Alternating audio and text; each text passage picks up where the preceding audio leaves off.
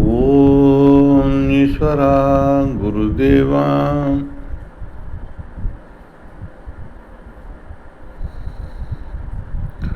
மாமகரிஷி ஈஸ்வர பட்டாய் சர்க்குருதேவரின் அருளாசியும் அருள் சக்தியும் பேரருளும் பேரொழியும் நாம் அனைவரும் பெறுவோம்.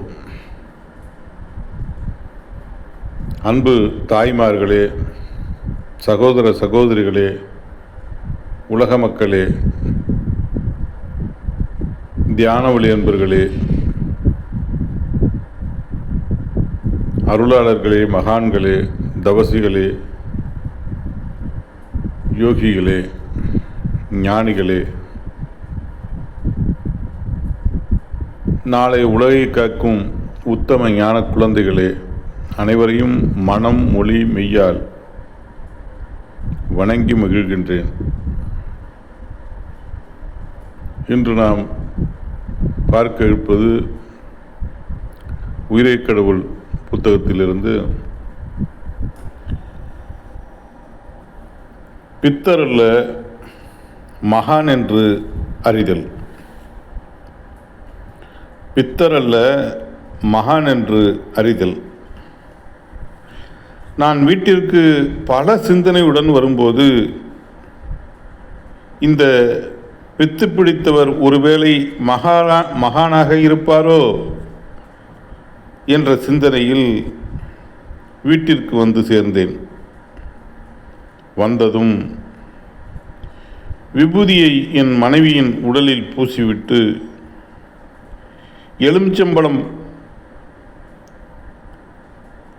எலுமிச்சம்பழத்தை பிழிந்து சாற்றை குடிக்கச் செய்தேன்.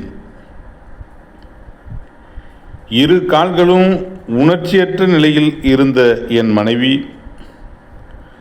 மறுநாள் காலையில் கால் விரல்களை சிறிது அசைக்க ஆரம்பித்தாள்.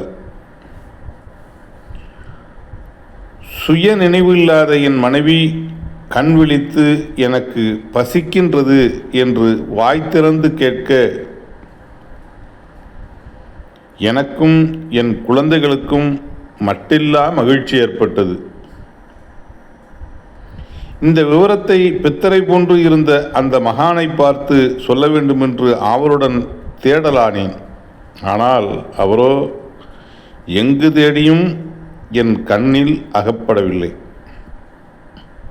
இவ்வாறு தேடும் படலம் 1 மாத காலமாகிவிட்டது. என் மனைவியும் இந்த 1 மாதத்திற்குள் நல்ல குணமாகி எழுந்து உட்காரவும் ஓரளவு நடக்கவும் ஆரம்பித்து விட்டார். தினமும் தேடி சைக்கிளில் பழனி முழுவதும் அலைந்து திரிந்துதான் மிச்சம்.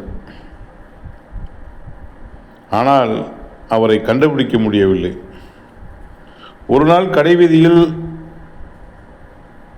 தெருமுனையில் அந்த மகானை பார்க்க வேண்டும் என்ற ஏக்கத்துடன் தெருவில் ஒரு பக்கமாகவே பார்த்து கொண்டிருந்தேன். திடீரென்று யாரோ என் பின்னாலிருந்து என் பின்னாடி என்னை தொட்டு என்னை தேடினாயா என்ற குரல் கேட்டது. திரும்பி பார்த்ததும் அதிர்ச்சி அடைந்தேன். அதே நேரத்தில் மட்டில்லா மகிழ்ச்சியும் அடைந்தேன். ஏனென்றால் அங்கே நான் யாரை தேடி ஒரு மகானாக ஒரு மாதமாக அலைந்தனோ, அங்கே நான் யாரை தேடி 1 மாதமாக அலைந்தனோ அந்த மகானே நின்றிருந்தார். உடனே அவர் எனக்கு தேநீர் வாங்கி கொடு என்றார். இதுவரை அவர்தான் தேநீர் வாங்கி கொடுப்பது வழக்கம்.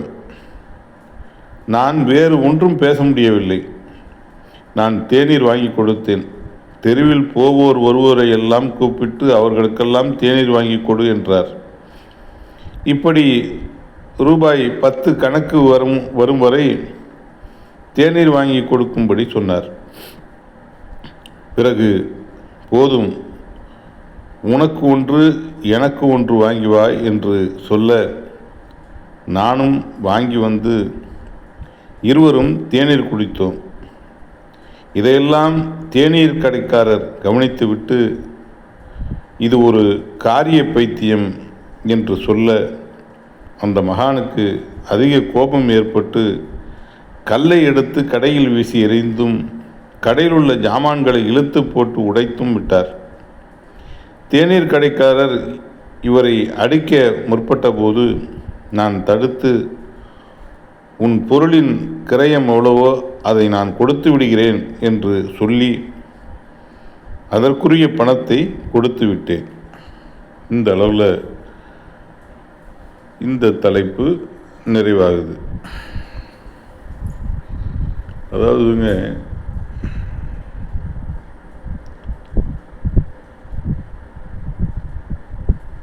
சர்க்குரு தேவர்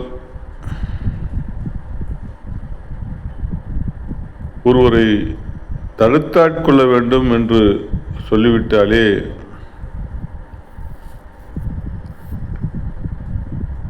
எப்படி வேணாலும் அவங்க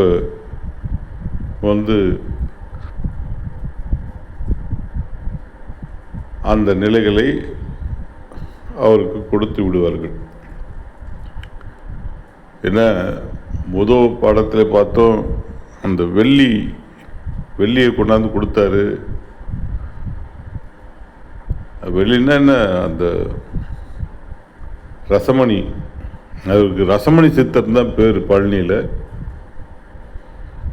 பற்பல அற்புதங்கள், அவ்வளோ அற்புதங்கள் எல்லாம் காமிச்சு கொடுத்துட்டு வர்றாரு. இப்போ தன்னுடைய மனைவிக்கு உடல் நலமாயிட்டு ஒரு மாதம் தேடி அதை இயங்க விட்டுருக்காரு. அதே சமயத்தில் குணமும், அந்த நிலைகள் உடலில் உள்ள சாதாரண விஷயமா, எலும்பு எல்லாம் தனித்தனியாக எல்லாம் முறிஞ்சு அப்படியே பொலன்னு போனதெல்லாம் என்னன்னு கேட்டிங்கன்னா, எல்லாத்தையும் ஒன்று சேர்த்து எல்லாம் சீராகி வந்திருக்கு அப்படின்னு சொன்னால் சாதாரண விஷயமா? டாக்டர்லாம் கை விட்டாங்க. அப்போ அந்த எலும்பெல்லாம் எந்த மாரி ஸ்ட்ராங்காகி அவங்க எழுந்திரிச்சு நடக்கக்கூடிய தன்மைகளில் உருவாகிருக்கும் அப்படிங்கிறத நாம் பார்த்துக்கணும். சரிங்களா? அந்த அளவுக்கு அதை சரி பண்ணி விட்டுருக்காங்க சர்க்குரு. அப்போ அங்கே கடவுள்ங்கிற நிலை, ஆண்டவன்கிற நிலை நமது சர்க்குரு தாங்க. அந்த இடத்துல நின்று, அது உயிரே கடவுள் தான், அதில் எந்த விதமான மாற்று கருத்தும் கிடையாது. மகரிஷி அப்படிங்கிற நிலை, மாமகரிஷி, அதாவது ஞானி, சித்தன், யோகி, தவசி, இப்படி ஒவ்வொரு கேட்டகரி வரக்குள்ள மகான், மகரிஷி, மகாரிஷி. நம்முடைய சர்க்குரு தேவர்லாம் இந்த பூமிக்கு கிட்ட 1.5 கோடி ஆண்டுகள் ஆகுது. அவருடைய நிலைகள் எவ்வாறு என்பதையெல்லாம் அடுத்தடுத்த பாடங்களில் நம்ம பார்க்கலாம். சரிங்களா? குருவர்களை பெறுவோம், மெய்ப்பொருள் காண்போம், மெய்ப்பொருளை அடைவோம். அப்புறம் ஒரு சின்ன பிரார்த்தனை எடுத்துக்கலாம். ஓம் ஈஸ்வரா குருதேவா. அம்மா அப்பா அருளால் தினமும் அம்மா அப்பா காலில் விழுந்துருங்க, மானசீகமாக விழுங்க, இல்லை முடிஞ்சதுன்னா நேரடியாகவே விழுந்துருங்க. விழுந்து மெதுவாக ஆசையை ட்ரிக்காக வாங்கிக்கிங்க. ஏன்னு கேட்டிங்கன்னா, தாய் தந்தை தான் முதல் தெய்வம்.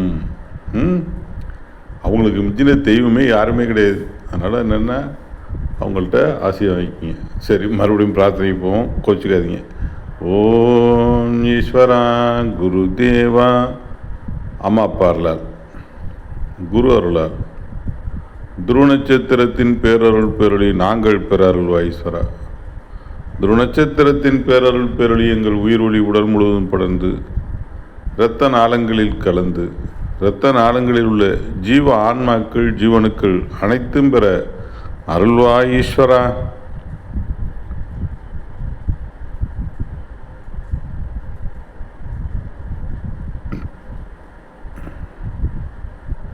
ஓம் ஈஸ்வரா குருதேவா கருணை ஸ்வரூபா.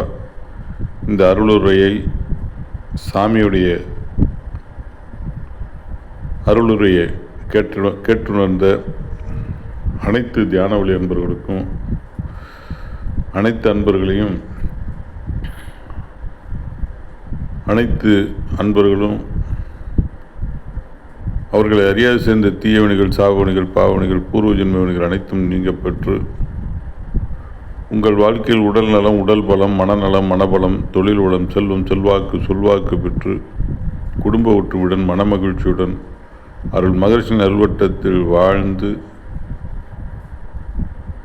இப்பிறவியிலேயே பிறவியில்லா நிலை என்னும் அழியா ஒளி சரீரத்தை குரு அருளால் பெற்றிட வேண்டும் என்று பிரார்த்தித்து இதை நிறைவு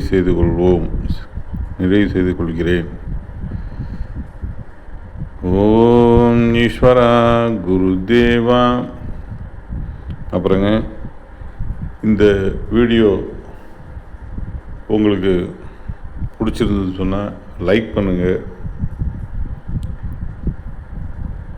ஃபார்வேர்ட் பண்ணுங்கள், ஷேர் பண்ணுங்கள், கமெண்ட் செக்ஷனில் உங்களுடைய பதிவுகளெல்லாம் பதிவு பண்ணுங்கள்,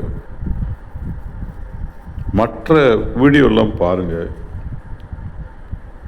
உங்களுக்கு பிடிக்கும்னு நான் நம்புகிறேன். அப்படி பிடிச்சிருந்ததுன்னு சொன்னால் தயவுசெய்து சப்ஸ்கிரைப் பண்ண மறந்துடாதீங்க. சரிங்களா? மகிழ்ச்சி. குரு அருள் பெறுவோம். அம்மா அப்பாவை உங்களோட கூடவே வச்சு பார்த்துங்க. வணக்கம்.